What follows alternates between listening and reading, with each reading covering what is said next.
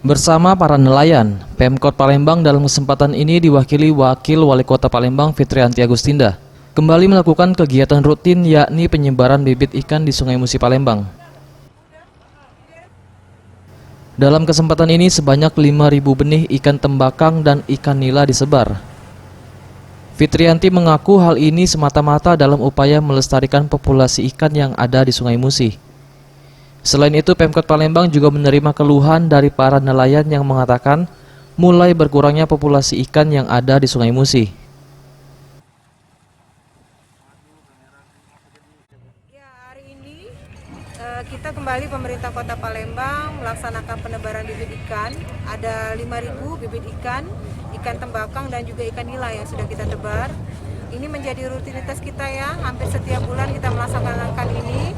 Dan tujuannya tentu saja untuk menyelamatkan ekosistem yang ada, terutama di Sungai Musi.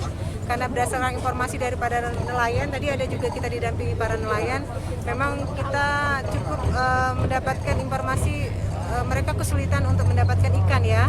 Ada bahkan beberapa jenis ikan sudah jarang mereka dapatkan atau mereka tangkap ya dari kegiatan nelayan.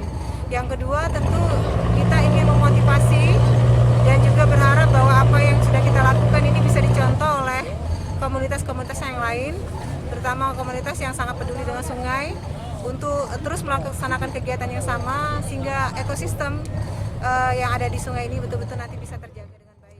Ditambahkan, Wakil Wali Kota Palembang juga menghimbau kepada dinas dan instansi terkait untuk menindak tegas pelaku penangkapan ikan secara ilegal dan dengan cara ilegal seperti putas dan pemakaian racun. Eza PM, Sriwijaya TV.